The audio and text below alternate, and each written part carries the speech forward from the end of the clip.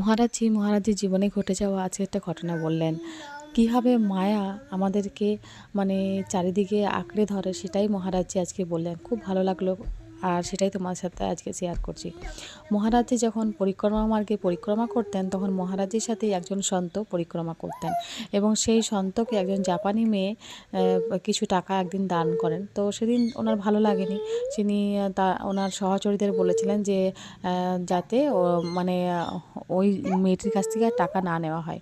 তো সেকেন্ড দিন আবার তিনি অনেক টাকা দেন। তো সেদিনকেও উনি বলেন যে ওকে যেন লাইনে দাঁড়াতে না দেওয়া হয়।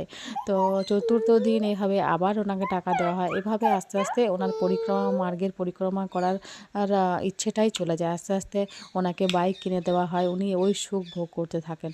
তো মায়াতে আমাদেরকে অনেক কিছু করানোর চেষ্টা করে, কিন্তু আমাদেরকে মায়া থেকে দূরে থাকতে হবে। এটাই উনি বলতে চাইছেন। রাধে রাধে।